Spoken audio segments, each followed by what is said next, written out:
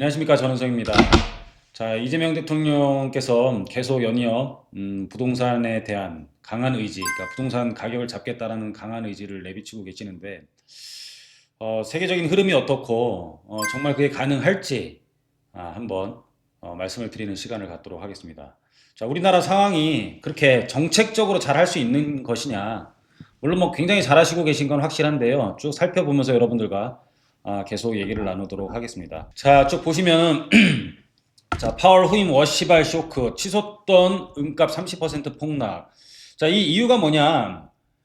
차기 연준 매파적 성향이 부각되어 지금 이 유동성 축소예요. 결국은 유동성 축소 우려로 인해 갖고 달러가 강세해요. 무슨 뜻이냐?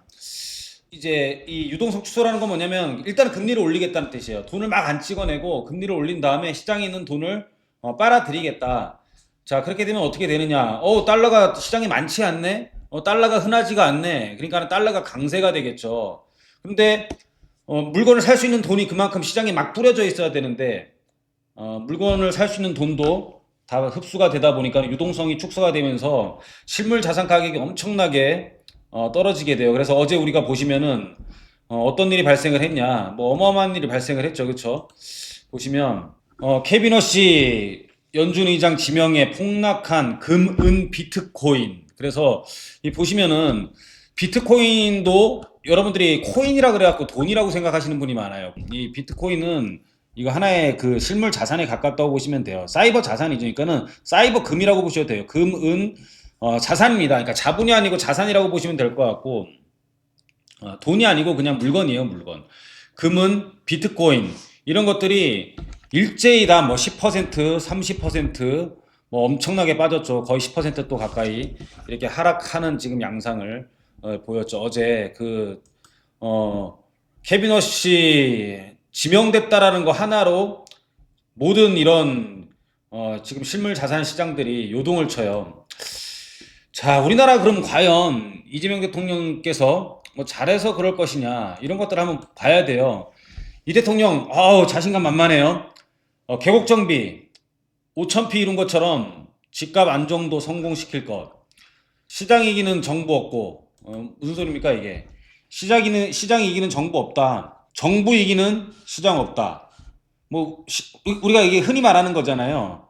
시장은 이제 보이지 않는 손에서 모든 가격들이 결정이 되는 거고 뭐 누가 개입한다고 해가지고 억지로 가격을 조정하기가 힘들다. 시장 이기는 정부 없다 그랬더니 이 대통령께서 말씀하시기를 정부 이기는 시장도 없다.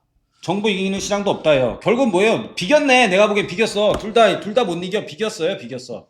제가 보기엔 비긴 거야 이거. 자, 그러면 어떻게 되느냐 쭉 한번 보도록 할게요.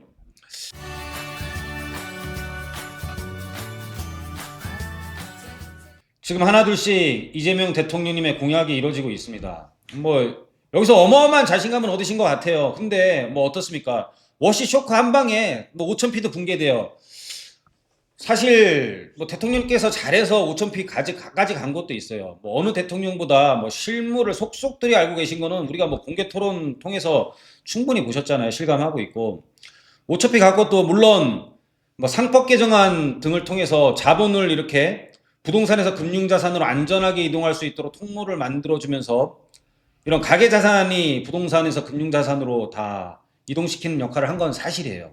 뭐 연기금 같은 경우도 국내 비중 주식을 막 이렇게 올리다 보니까는 국내 자본시장의 어떤 방어 역할을 하고 있죠.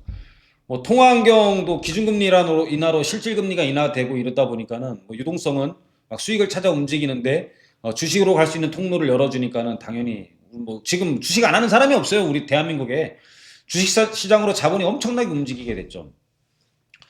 근데 실적 없는 상승은 말이 안 되고 이렇게 상법만 개정됐다고 해서 주식이 이렇게 오르지는 않아요. 실적이 올라야 되는데 그것만으로 우리가 뭐 5,000포인트 가는 게 아니잖아요. 근데 우리나라는 뭐 이런 실적이 아니라 이 상승률 자체가 전 세계 지금 세계 1위에요. 1년 동안 70%가 넘게 상승을 했거든요. 주가 지수가 70%가 넘는 세계 최고의 상승률을 기록했던 것은 이게 정책만으로는 될 수가 없어요. 정책만으로. 뭐냐면은 우리나라 핵심 산업들이 세계적인 지금 글로벌 변화와 맞물려 가지고 우리나라 지금 산업들이 그 글로벌 변화의 공급망이 돼 있어요. 그래서 우리나라 핵심 산업으로 뭐 반도체, 뭐 2차 전지, 지금 뭐 전쟁에 대한 위험, 뭐 우크라이나 뭐 이런 것들이 있잖아요. 방산, 미국의 지금 뭐 이런 선박들 뿐만 아니라 군함들이 굉장히 노후되어 교체할 시기가 다 됐다고 하더라고요. 그러면서 조선, 뭐 바이오 이런 글로벌 공급망의 핵심을 이루는 우리나라 지수들이 엄청나게 올랐어요. 뭐 전체가 오른 건 아니에요. 사실 이런 핵심이 오르면서 코스피 지수를 상승을 일으켰죠. 이 부동산 시장도 마찬가지예요. 뭐 상법 개정안 뭐 또는 뭐 이제 양도세 중과 유예를 이제 없애겠다 이런 법으로 시장이 변하진 않아요.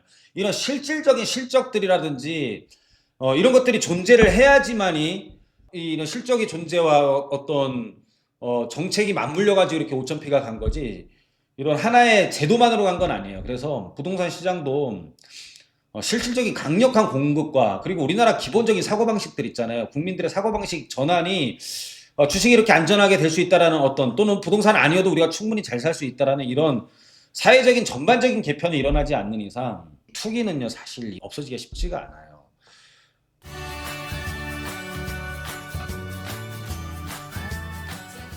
왜 우리가 저기 뭐야 재테크를 안 해도 평생 잘 먹고 살 수 있는 이 제도가 만들어지지 않는 이상 정책적으로는 힘듭니다. 그리고 주택이라는 것은 공급을 해서 안정을 시켜야 돼요. 근데 안정이 되면 또 공급이 안 일어나요. 근데 주택은 딱 만들어 놓고 이게 멈춰 있는 게 아니라 또 어디서는 철거를 해야 되고 어디선 또 지어야 되고 뭐 이게 사람의 몸이 세포가 계속 죽었다 살아났다 머리카락이 빠졌다 자라는 것처럼 이렇게 일어나야 되는데 어느 정도 공급이 찼다고 하는 순간부터 뭐 안정이 됐다 그러면은 또 한동안 공급이 안 일어나요. 그러면은 또 한동안 공급이 모자라게 되고 그럼 또 한동안 또 가격이 상승되고 이거는 그러니까는 참 없어지기 힘든 거기 때문에 여러분들이 좀 잘 하셔야 된다. 근데 사실 지금은 조금 피해가는 건 맞아요.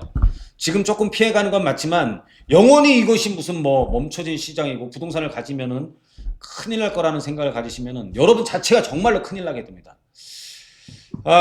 제가 이제 요즘에는 세미나 강의만 좀 비추다가 뭐 오늘 여러 가지 이제 양도세 유예 이런 것들 때문에 여러분들이 굉장히 걱정들 하시는데 영원한 정책 없고요. 영원한 멈춤도 없습니다, 사실. 그래서 여러분들이 이럴 때가 오히려 어떻게 보면 기회일 수도 있고 저가 매물이 나올 때는 아파트를 사시면 되고 지금은 추가적인 투자보다는 내 집 마련할 때라고 보여져요. 그래서 저가 매물 지금 주택 없으신 분들은 저가 매물들 나올 때 5일 9일 전에 양도세 회피 물건 나올 때 잘 잡으시고 그 다음에 또다시 우리나라는 또 잊어버린 데 선수잖아요.